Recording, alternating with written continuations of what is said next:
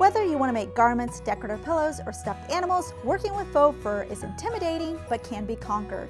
But is it really as scary as it seems? This video will provide some handy tips so working with faux fur doesn't have to be a nightmare. Regardless of what you want to make, choose your projects carefully. This is especially true for garments. The less seams and more simplistic it is, the better it will turn out. The fibers coming out of the fabric is called the fur pile. You can find faux furs with different fur pile lengths. If this is your first time working with faux fur, consider trying to make something with a low or short fur pile to make it a little easier. The pile will lay down in a certain direction, and you want to make note of this for cutting out your pieces. When it comes to faux fur, you'll want to follow the nap and grain line rules so that all the fur will lie the same way once all your pieces are sewn together.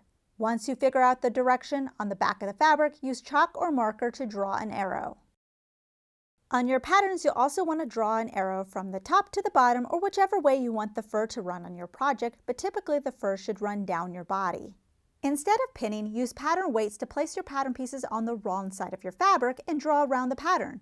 Because you need to do it on a single layer of fabric, if you need two from one pattern piece, you'll need to do this twice. But don't forget to draw one with the pattern right side up and one with the pattern wrong side up to ensure you end up with two opposite pieces.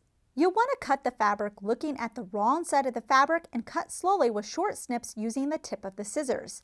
Ideally, you want to only cut the fabric backing and avoid cutting the fur pile. On the left is the correct way the edge should look after you cut it. On the right is the wrong way.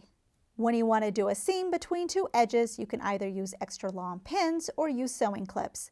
The fur shouldn't be sticking out, but be tucked inside. At your sewing machine, I recommend sewing with a size 90 universal needle. Make sure to use a good quality all-purpose thread. It's also not a bad idea to use a walking foot to make sure the fabric feeds through the machine evenly. If you don't have a walking foot, consider hand basting your seam first and then machine sewing it. Sew your seam using a regular straight stitch with a slightly longer stitch length like a 3, or use a narrow zigzag stitch. You also may need to use a looser thread and presser foot tension if the faux fur is on the thicker side. Experiment on scraps. After you do a seam, look at the right side and use a straight pin to pull the fur from the seam. When finished, your seam should be hardly noticeable.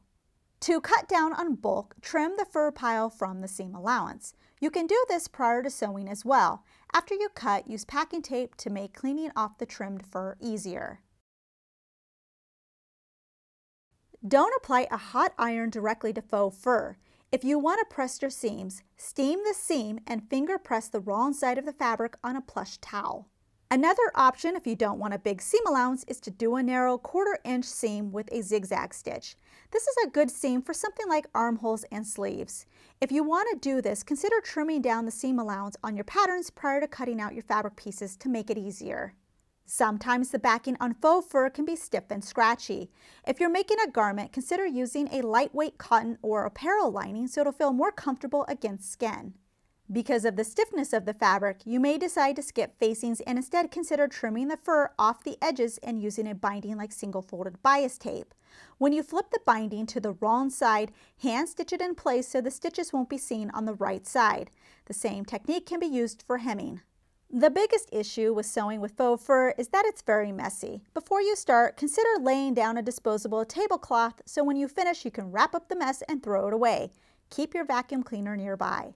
Also, sewing with faux fur can leave a lot of fibers inside your sewing machine, so you should clean your machine after you finish your project. Working with faux fur actually isn't difficult, and you'll be amazed at how nice your projects can turn out. If you have some tips on working with faux fur, share by leaving a comment below. We hope you enjoyed this tutorial. Please subscribe and click the bell icon to get notified of our new releases. Also check out ProfessorPincushion.com to view our complete library with well over 450 sewing tutorials. If you would like to directly support us, you can join our YouTube membership and earn some exclusive perks. Thanks for watching.